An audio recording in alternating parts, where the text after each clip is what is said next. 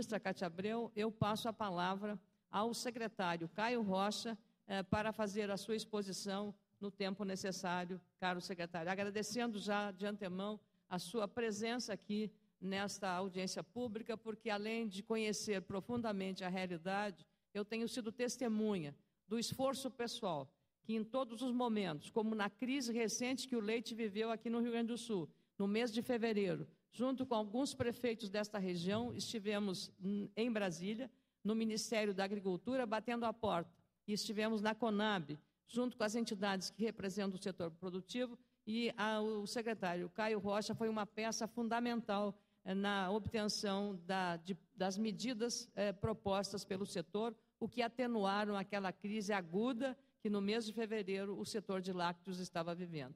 Com a palavra, o secretário Caio Rocha.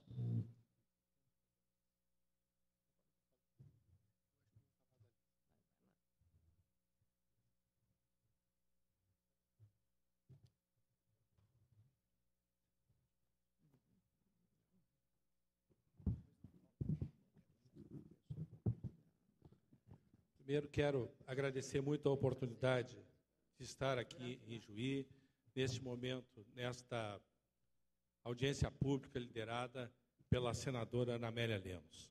Eu disse hoje pela manhã, quando nós estávamos lá na Associação Comercial, quero repetir aqui, quando falava com a ministra e falava sobre essa audiência pública, ela me disse, olha, Caio, vá lá e diga à senadora que ela tem na sua mão a minha caneta, pela confiabilidade, pelo caráter e pela forma com que ela vem dirigindo os assuntos da Comissão de Agricultura do Senado. Meu abraço. Saudar aqui o secretário da Agricultura, secretário Hernani Polo.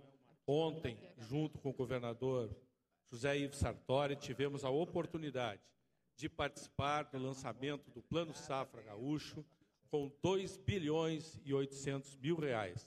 Isso demonstra não só, mas esse dinheiro é captado do governo federal. Esse dinheiro, o risco, são dos bancos do governo do Estado do Rio Grande do Sul. Portanto, Hernani Polo, você que esteve à frente liderando isso, meus cumprimentos, meus parabéns. Abraçar aqui, hoje, o meu patrão da Emater, Clair Kuhn, presidente desta grande empresa que orgulha todos nós, brasileiros e gaúchos, fazer uma saudação ao reitor Martinho, da Unijuí, que calorosamente nos recebeu hoje pela manhã, ao Martins, que é chefe-geral da nossa Embrapa Gado de Leite. Ele, com certeza, é o profissional que mais ouve nesse país a solicitação de abertura de novos laboratórios para análise de leite. Nós queremos te sensibilizar, Martinho, pelas necessidades que nós temos aqui no estado do Rio Grande do Sul, de 2 ou 3 laboratórios que já estão solicitados sob a tua orientação técnica. Ao Ardêmio do IGL, ao Sindilat da Arlan. Aliás, eu acho que vocês dois deveriam estar sentados um ao lado do outro e não um lá e outro aqui. Vocês têm que sentarem juntos na mesma mesa. O meu abraço também ao Jorge, lá da Farsul, aos deputados, deputado Heinz e deputado Luiz Antônio Covatti, meu querido amigo, nosso ex-deputado Covatti, sempre presente, porque a experiência não serve como um carro com os faróis voltados para trás. Tem que ser voltado para frente e aqui nos auxiliando. Prefeito Balim, deixo por último para saudá-lo, ele que nos recebe a todos, com todos os prefeitos, vereadores, lideranças políticas, a todos que aqui se fazem presentes nessa grande audiência pública. Preparei uma apresentação e ela pode, vou fazer ela de forma rápida para que depois a gente possa ter um tempo maior para discutir. E acho que essa audiência pública ela vem em bom momento, no momento em que o Ministério da Agricultura, a partir do mês de maio deste ano, começou a discutir, junto com a cadeia produtiva do leite. Lá nós tivemos a participação dos laticínios, das federações, da força dos agricultores, para a constituição de um plano de desenvolvimento da bacia leiteira, principalmente naquilo que que se fala em competitividade do setor lácteo. Estão envolvidos os estados Minas Gerais, que é o maior produtor de leite brasileiro, Goiás, Paraná, Santa Catarina e Rio Grande do Sul. Nós que somos a segunda maior produção de leite do Brasil, a segunda maior planta industrial de leite. E dentro desse contexto, nós fizemos um recorte para quê? Por que esses estados? Porque aí passa 72% da produção leiteira. Então, nós vamos focar nesses estados, demonstrando que o Brasil é um dos maiores produtores de leite do mundo, com forte crescimento da produção.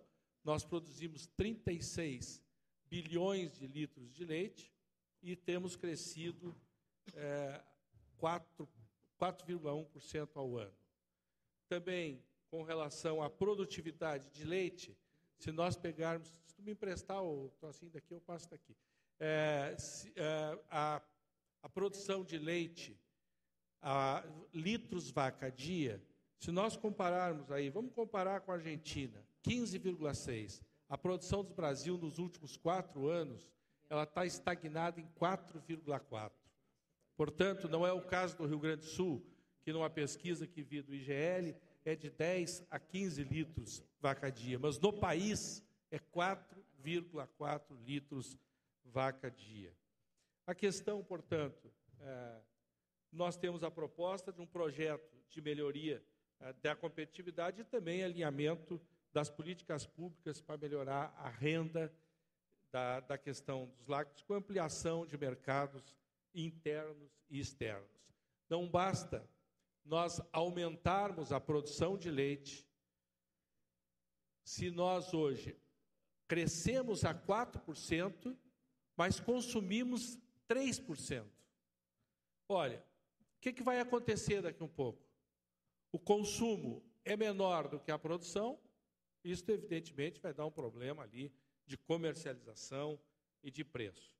Por isso, estamos estruturados lá para trabalhar com assistência técnica, com a questão da política agrícola, com a questão de sanidade, com a qualidade do leite, com o marco regulatório e com a questão de consumos lácteos. Então, dividido nesses 5 pontos o nosso trabalho. Com relação à assistência técnica, nós traçamos um mapa que vem lá de Minas até aqui o Rio Grande do Sul.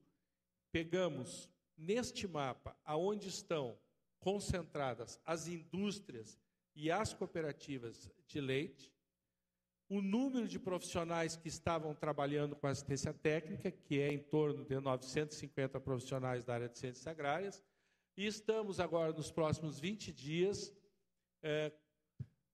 acolhendo já um edital que nós tínhamos feito ano passado e não contratamos em função do final do ano, de 26 milhões de reais para assistência técnica. Definida essa assistência técnica por um critério, junto com aquelas cooperativas que não têm processo de assistência técnica, aquelas que têm um processo de formação junto com as Embrapas, e fazendo com que esse contrato possa ser de 2 anos, para que dentro de indicadores de produção, de produtividade e da questão ambiental, que a senadora Ana Amélia falou aqui, mas em cada propriedade dessa nós estaremos trabalhando com o CAR, com o Cadastro Ambiental Rural, nesses estados, porque este é o processo, na verdade, é um plano diretor rural, o CAR. Ele não deixa de ser isso, ele nos dá as diretrizes, a forma com que a gente pode trabalhar de forma ambientalmente. A outra questão que é importante é a questão da sanidade. Aliás, política agrícola, vou falar antes. Existe o ano passado, nós tínhamos uma linha de crédito chamado Inovagro. O Inovagro, o governo anunciou 1 bilhão e 700 milhões de reais para o Inovagro. Pois bem, quando a gente estava com a ministra Cátia Abreu analisando o Plano Safra, analisando o Plano Safra, ela perguntou: quanto foi gasto para o leite no Inovagro? Prefeito Andres, eu fiquei, como eu tinha participado da construção da linha, eu digo, olha, eu acho que de 1 bilhão e 700 nós gastamos 1,5 bilhão. Você sabe quanto tinha sido gasto? 5% disso, 18 milhões de reais. Por quê? O produtor de leite não conseguia acessar ao crédito barato do Banco do Brasil, porque as exigências, e aí eu vou livrar o banco, acho que foi nossas, quando construímos lá o projeto de crédito, eram tantas que ele não tinha condições burocráticas de fazer. Pois bem, a primeira coisa que a ministra fez, agora, com relação ao Inovago, foi tirar aqueles empecilhos. O produtor, para acessar, ele tinha que estar no balde cheio, tinha que estar no programa de não sei o quê. Olha, nem eu que sou agrônomo, sei tantos programas que ele tinha que estar. Hoje, ele basta ter alguém na área de ciências agrárias que faça o seu projeto. Ele está dentro, portanto, tendo acesso, desde a construção de um estábulo, a compra de uma ordenhadeira, enfim, tudo aquilo que for para a cadeia leiteira, ele vai ter acesso na questão do Inovago. Então, dentro da política agrícola, isso foi muito discutido com a indústria e com os produtores para que a gente pudesse avançar. E eu aproveitei uma pesquisa que foi feita pelo IGL, e estava lendo ela, porque também a gente, com um pouco de tempo de Emater, fica querendo dar algumas informações, e pensei assim, ministra, nós tínhamos que fazer um grande programa para colocar resfriadores de leite na mão dos produtores rurais, dos pequenos produtores. Aí recebo uma pesquisa lá em Brasília, de Santa Catarina, do Rio Grande do Sul e do Paraná. Aqui foi o IGL que me entregou. Nessa pesquisa, isso aqui está lá no fim, vou mostrar aqui a pesquisa. Nessa pesquisa do leite, comecei a falar do fim para o início, achei mais interessante. Vamos lá. Pesquisa do leite. Na questão da pesquisa do leite, aqui é só Rio Grande do Sul. Sabe qual era a maior necessidade hoje da produção leiteira, dos questionários? Não foi o resfriador de leite. O resfriador de leite era 5%. Foi água quente para higienizar os equipamentos leiteiros. Este foi o principal detalhamento que teve na pesquisa junto aos produtores de leite. Então, nós, baseado nesses dados, também aí tem dados muito interessantes, talvez depois sejam apresentados aqui, não por mim, mas pelo pessoal que está trabalhando nisso, dados muito interessantes que podem refletir a construção de políticas públicas. No Ministério da Agricultura, nós queremos sim avançar nessa questão. Naquilo que o produtor de leite não tem acesso, mas que vai melhorar a sua qualidade, vai melhorar a sua renda, o Ministério da Agricultura é responsável por essa questão, assim como, Carlos Joel, desculpa, quando eu saudei, não tinha te saudado, estava muito quietinho aí. Carlos Joel da FETAG, hoje, antes do meio-dia, participei de uma reunião na FETAG, com as lideranças aqui desta região, aonde me disseram, Caio, nós queremos revisar o preço mínimo do leite. Mas eu acho, Joel, que não é só o do leite. Nós precisamos pegar a metodologia do custo de produção que a Conab faz hoje, sentar com um grupo representativo, não só nosso, de governo, mas também com um grupo representativo não muito grande, que a gente possa se acertar, mas que possa ter uma representatividade e definir uma metodologia do custo de produção. Então, essas são questões que acho que nós não podemos arredar o pé desse processo. Aqui, eu acho que eu falava lá da produção de leite no Brasil e também do consumo. Acho que ali é o consumo de derivados de leite, mas eu queria falar a outra coisa. Olha só, isso aqui é o rótulo do leite. Eu e a senadora hoje, nós vinha comentando junto com os nossos companheiros de viagem.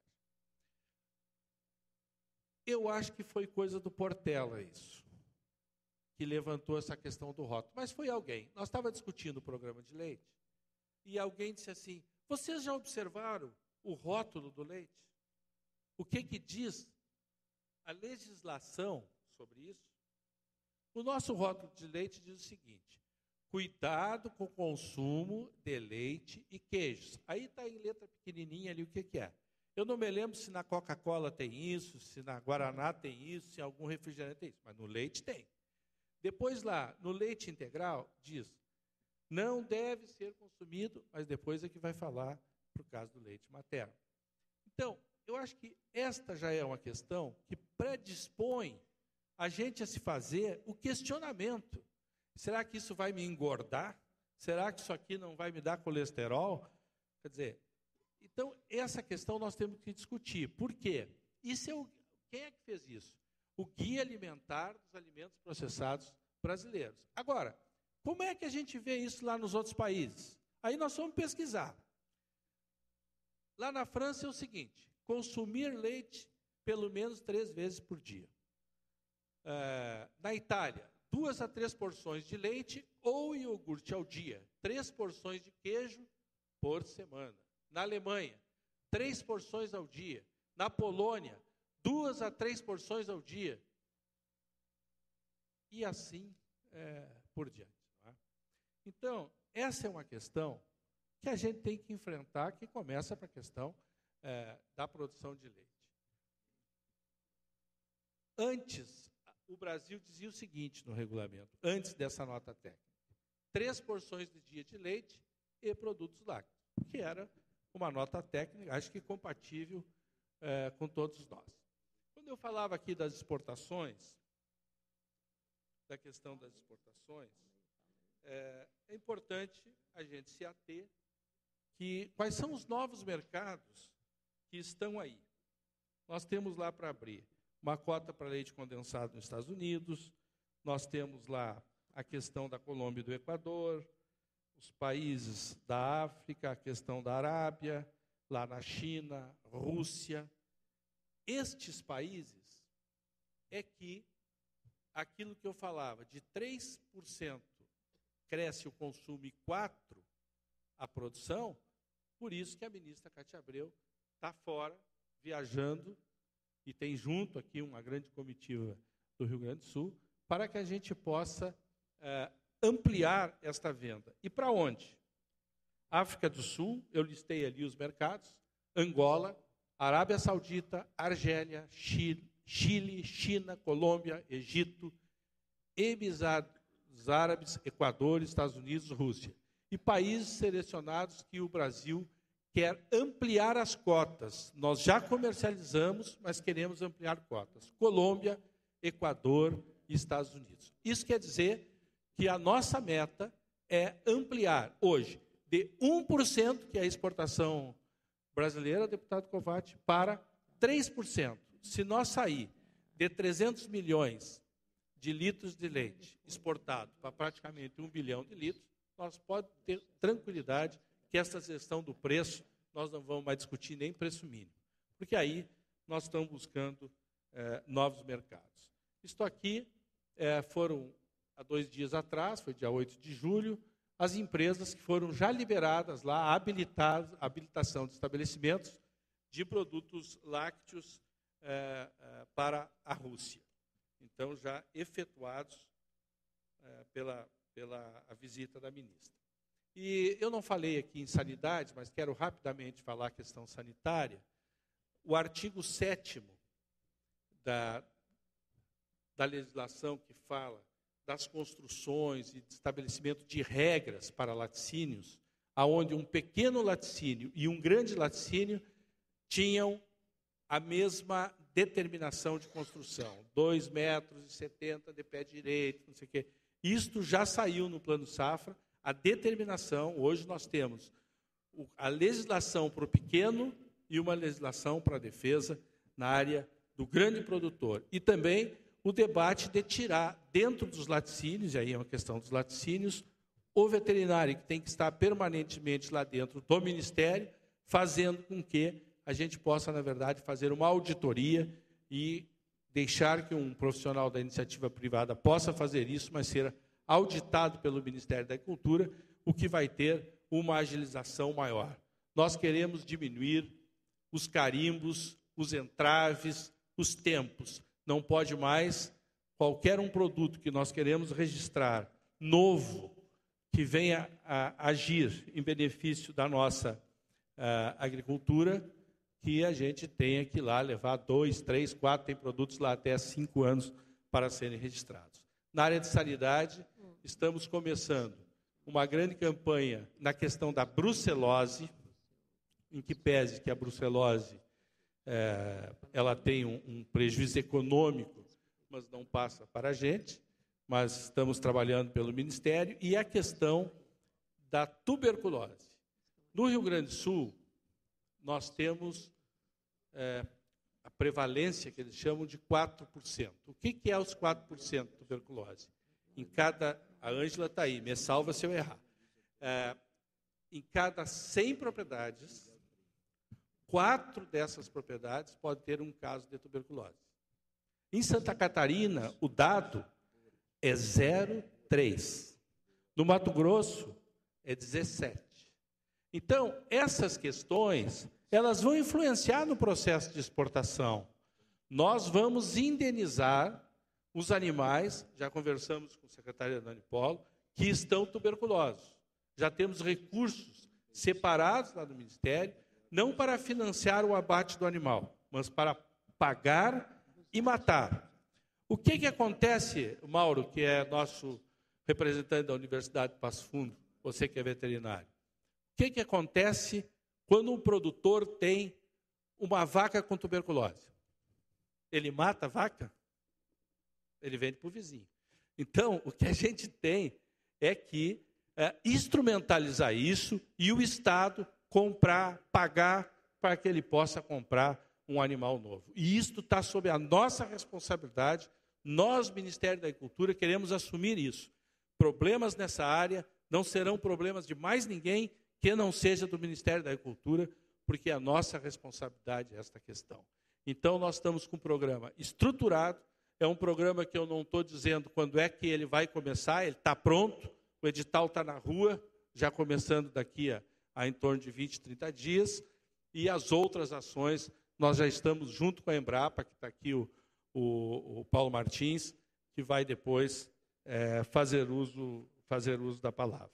Então, portanto, eu fiz aqui algumas das considerações, mas a razão maior é estar aqui para assumir a responsabilidade do Poder Público Federal perante as questões que nós precisamos debater, discutir, mas avançar e não ficar só no debate. Esta é a responsabilidade do Ministério da Agricultura e da ministra Cátia Abreu. Permaneço com vocês.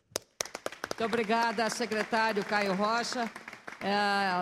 Logo após as exposições, muitos dos questionamentos da plateia, que eu renovo um agradecimento muito especial da Comissão de Agricultura e Reforma Agrária do Senado pela grande participação dos interessados neste assunto. Isto mostra a relevância que temos para, através deste meio, deste instrumento, que é o Senado Federal, a encaminhar soluções de políticas, como muito bem sinalizou aqui o secretário Caio Rocha, em, por exemplo, fazer os custos adequados do custo de produção, não apenas do leite, mas de vários outros produtos, como estamos agora demandando em relação a outra cadeia produtiva que interessa muito ao Rio Grande do Sul. De imediato, eu passo a palavra ao Dr. Paulo do Carmo Martins, que é chefe-geral da Embrapa Gado de Leite no Rio Grande do Sul. Antes de ele chegar até a tribuna, eu queria saudar aqui os prefeitos da região, a região noroeste, que nos prestigiam. O prefeito de Panambi, Miguel Prim, prefeito de Augusto Pestana, Luiz Borer, prefeito de Condor, José Francisco Cândido, de Pejuçara, Eduardo Busatti, de Nova Ramada, Ardi Aikort, de Bozano, Gederson Morer, de Coronel Barro, Sênio Kirs, de Joia, José Roberto de Moura, de Catuípe, Ivete Burman, e de Ajuricaba, o Ayrton, claro, também o nosso anfitrião, prefeito Balim, e prefeito de Santa Rosa, Alcides Vicini, prefeito de Santo Ângelo, o prefeito Valdir Andres. Depois nomearemos os outros prefeitos ainda não citados, mas, de antemão, os nossos sinceros agradecimentos pela presença aqui. O nosso prefeito Nico, que está aqui presente e deve tomar bastante leite, né, prefeito? O senhor está mostrando que está bem fortinho. O prefeito que está aqui presente. Eu queria, então, passar a palavra ao nosso representante da Embrapa Gado de Leite. Com a palavra, o doutor Paulo do Carmo Martins. Boa tarde a todos. Boa tarde, senadora. Boa tarde, doutor Caio, que aqui representa o Ministério da Agricultura.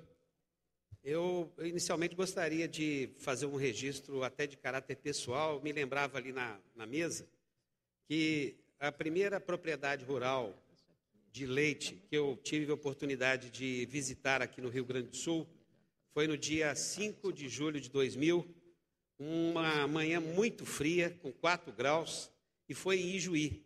E 15 anos depois eu volto aqui e acho que, em boa parte, mudou o cenário do leite. Mas, em boa parte também, alguns problemas não foram superados. O que mudou no cenário do leite? Bom, primeiro, mudou a própria condição do Rio Grande do Sul. Quando eu vim aqui, o Rio Grande do Sul disputava com Goiás a 4ª, 5ª posição no ranking brasileiro. E mais do que isso, o Rio Grande do Sul não tinha a vivacidade em termos de produção de leite que tem hoje. Quem tinha esse dinamismo, quem chamava as atenções do Brasil naquele momento, era o estado de Goiás, que aumentava continuamente a sua produção, a ponto de ter mais leite do que fábrica. Então, havia todo um esforço no sentido de modernizar o seu parque industrial. Por outro lado, nós não tínhamos, naquela época, empresas que eram captadoras nacionais. Então, nós tínhamos mercados nacionais em termos de consumo de leite, mas não tínhamos de captação. Então, as empresas eram regionais. E, em 15 anos, tudo isso mudou muito. Hoje, nós temos empresas nacionais, há uma comunicação bastante intensa em termos de mercados. Então, nós sabemos o que cada mercado coloca em termos de preço para o produtor. A questão da quantidade passou a ter uma importância substancial. Nós éramos importadores de leite em 2000, chegamos a ser exportadores líquidos entre 2004 e 2008, até que veio a crise, e voltamos a uma situação descrita aqui pelo Dr. Caio, que nós poderemos tranquilamente sermos exportadores, mas se não tomarmos cuidado, poderemos voltar a ser importadores, como vem acontecendo ao longo desse ano. Há um outro ponto também que eu acho importante nessa evolução de 15 anos, que é a questão da qualidade. Nós colocamos esse assunto na qualidade. E é bom que esse evento público esteja sendo transmitido para todo o Brasil, para que o Brasil saiba que o Rio Grande do Sul produz um leite de excelente qualidade. Os laboratórios de análise de qualidade de leite demonstram isso. Essa não é uma crença, é uma constatação. Um outro ponto relevante também é que nos surpreende, ninguém poderia imaginar há 15 anos atrás, é que a região sudeste, senadora, talvez esteja perdendo, nesse ano, a condição de maior produtora regional do Brasil. É possível que o Rio Grande do Sul, Santa Catarina e Paraná, e saberemos somente ano que vem, estejam assumindo a posição de primeira colocação em termos de produção. Entre Passo Fundo e Cascavel, nós temos uma Minas Gerais em termos de produção de leite, algo em torno de 28%, 29%. Os dados, o mapa apresentado pelo Dr. Caio mostra algo nesse sentido. Essa é uma região altamente promissora. E aqui, senadora, eu aprendi algo que ainda não existe fora da região sul. Na região sul, a mulher não participa da atividade leiteira. Ela é um pouco o apêndice do processo. Falo com tranquilidade, nós fazemos levantamentos e acompanhamentos em propriedades leiteiras do Brasil. E esse foi um ponto que me chamou a atenção naquela manhã fria do dia 5 de julho de 2000. Quando fomos a conhecer a propriedade, estava lá o marido, estava lá a esposa. Para os senhores isso parece óbvio. Para quem não é da região sul, não é óbvio. Aquilo me inspirou, inclusive, a escrever uma crônica na revista Balde Branco, de tão impactante que foi. E é interessante que nós estejamos sendo presididos nessa sessão por uma mulher vitoriosa, que é a senadora Ana Amélia.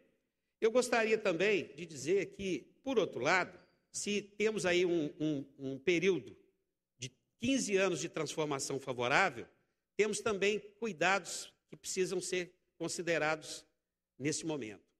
Leite é, em qualquer parte do mundo, resultante de políticas públicas, em qualquer parte do mundo. E houve um determinado momento no Brasil que a gente esqueceu um pouco isso, foi principalmente nos anos 90. Houve uma pressão muito grande para que a modernização da atividade leiteira acontecesse por parte dos produtores. E os produtores mostraram dinamismo. Nós conseguimos crescer a produção, saímos de 5º maior importador de leite do mundo e passamos a ser um país que, no mínimo, equilibra exportação e importação num período de economia aberta, sem nenhuma proteção. Mas, por outro lado, nós começamos a viver um momento extremamente complicado quando a gente olha para o cenário de médio prazo. O leite depende fundamentalmente do preço do petróleo em termos de mercado internacional. É uma commodity vinculada ao petróleo, porque a maior parte dos países que são importadores são também exportadores de petróleo. E o petróleo vem caindo de maneira substancial. O petróleo já não se sustenta a um patamar de $50. Os países hoje que são exportadores de leite, eles estão tendo dificuldades para poderem honrarem compromissos feitos no passado. Porque há uma pressão cada vez mais intensa para que haja renovação desses contratos, já que os indicativos de mercado internacional são indicativos de queda de preço. E, senadora, nós sabemos, são poucos os países que têm um conjunto de consumidores como nós no Brasil. Se nós continuarmos a ter patamares de $2.800, $2.900, é fundamental que nós venhamos a preservar emprego, renda, preservando o mercado brasileiro. É fundamental que se pense assim, porque é assim que os demais países produtores pensam em relação ao leite. Pensar em leite é pensar em políticas públicas. No que diz respeito à pesquisa, nós temos uma rede, tanto de pesquisa quanto de transferência de tecnologia, uma rede de unidades da Embrapa, bem instaladas e dispostas permanentemente a trabalhar com universidades, com os órgãos de pesquisa dos estados e também com a assistência técnica pública e privada. Temos várias ações, eu poderei discutir na segunda etapa, para que eu fique nos 10 minutos que me foram disponibilizados. Mas um dos pontos que eu gostaria de registrar é que nós temos 2 unidades aqui no Rio Grande do Sul que trabalham com atividade leiteira, trabalham de maneira bastante intensa, e nós estamos aqui, a nossa unidade faz a coordenação nacional da pesquisa relacionada a leite, estamos aqui para que possamos colher oportunidades de trabalho em conjunto, de ações em conjunto. Uma delas, inclusive, nós estaremos realizando nos próximos dias, entre os dias 28 e 30, com o Instituto Gaúcho do Leite, quando estaremos fazendo aqui o Congresso Internacional do Leite. Mas eu queria deixar como última fala dessa primeira intervenção a necessidade de se fazer união em torno do leite. Em todos os lugares que o leite foi vitorioso, ele foi vitorioso porque houve união. Houve união entre os produtores, houve união entre produtores e indústria, houve união entre produtores, indústria e governo. Eu espero que o Rio Grande do Sul, que fez essa grande transformação em 15 anos, lidere o Brasil nessa transformação, lidere com a união, para que o Brasil possa ser um país branco, branco no sentido do leite. São apenas 62 municípios que não produzem leite no Brasil, para que a gente tenha o leite como estratégia de geração de emprego, renda e, fundamentalmente, de união. Muito obrigado. Muito obrigada, doutor Paulo do Carmo Martins. Ele deixou uma mensagem que não podemos esquecer: a união. E a união da cadeia produtiva é a chave do sucesso para qualquer empreitada. Lhe agradeço muito, especialmente a notícia que o secretário Caio Rocha dá, de que a Embrapa, subordinada ao Ministério da Agricultura, terá reforçado a sua presença na área da Embrapa Gado de Leite, no Rio Grande do Sul, tendo esse protagonismo que o Estado terá pelos números que foram apresentados por um mineiro. Então, doutor Martins, o senhor vem aqui dar uma injeção de ânimo para dizer que talvez, em menos de 5 anos, o Rio Grande do Sul esteja liderando o ranking de produção leiteira ou de lácteos em todo o Brasil. Muito obrigada por essa mensagem que o senhor deixa para nós. Eu queria também registrar a presença do prefeito de Santo Augusto, José Andriguete, de Humaitá, Luiz Carlos Sandri, de São Luís Gonzaga, o prefeito Junaro, de 3 de Maio, o prefeito Olívio Casale, de Santo Antônio das Missões, Puranci dos Santos, de Rondinha, Ezequiel Pasquete, e de Itapera. E esse prefeito de Itapera, todos sabem, porque talvez seja o mais alto prefeito do estado, o Irineu Ward. Deve medir uns 2 metros, 2 metros e 10. Então, obrigada aos prefeitos. Também saudar o presidente da FECOAGRO, o Paulo Pires. Em seguida, eu queria fazer um convite para que, nesta nossa audiência pública do ciclo de debates, que está sendo transmitida para todo o país, ao vivo, e a produção leiteira está, como disse o doutor Martins, em praticamente todo o território brasileiro. No Rio Grande do Sul, ocupa 90% do território gaúcho, e 90%, representa 7% da toda a riqueza gerada no nosso estado, pela cadeia produtiva do leite. São 130 mil produtores no estado do Rio Grande do Sul. Queria dizer que este ciclo, esse debate aqui está sendo transmitido ao vivo, diretamente para todo o país de Ijuí, pela TV Senado, aí renovando os agradecimentos a Virgínia Garcês, a diretora da Secretaria de Comunicação do Senado Federal. Também todos podem participar com perguntas às autoridades aqui presentes pela internet, repetindo www.senado.leg.br/e-cidadania, tudo junto. Pelo telefone, a ligação é gratuita, pode ser uma ligação por celular, telefone fixo ou também telefone público. O telefone é 0800 61 2211.